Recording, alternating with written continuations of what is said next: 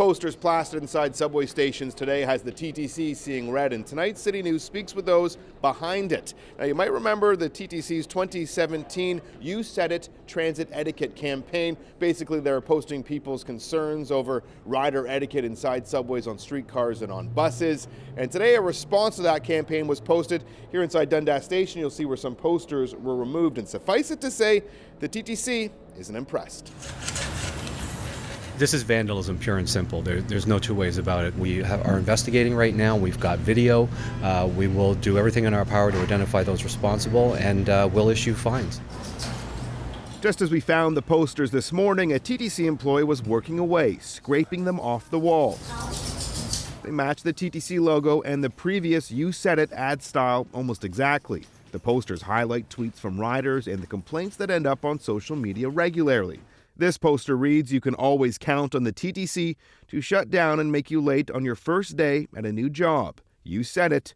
Please get your bleep together and be on time, TTC."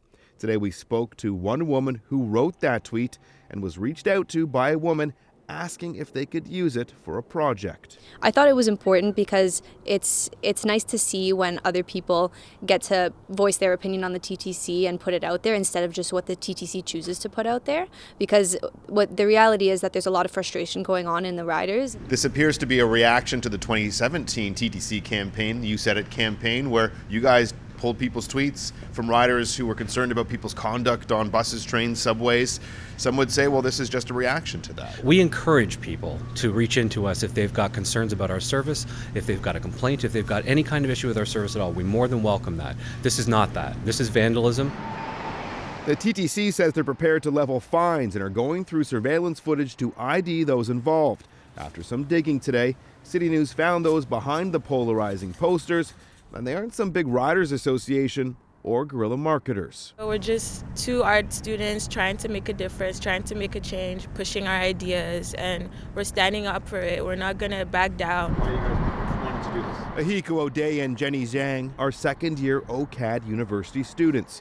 For their art and social change assignment, they say they decided to deliver a message from the people to the TTC. I've told you that the TTC has said that this could be a fine of up to $235. You're still cool to show your faces and get in front of this? Yes. Why do you feel that's important? I just think that, personally, I think it would be a cowardly act not to show your face. We dared to take the responsibility after our reaction, and we're happy that everyone is, seeing what we did and is getting our message. That's more important. The second-year students say the only tweet they received permission to use was Rebecca Watson's, but they say the other tweets are reflective of what they found on social media. They say if the TTC was taking these complaints seriously, they wouldn't be popping up every day. The TTC is calling this vandalism. They're saying you put these posters up on their property.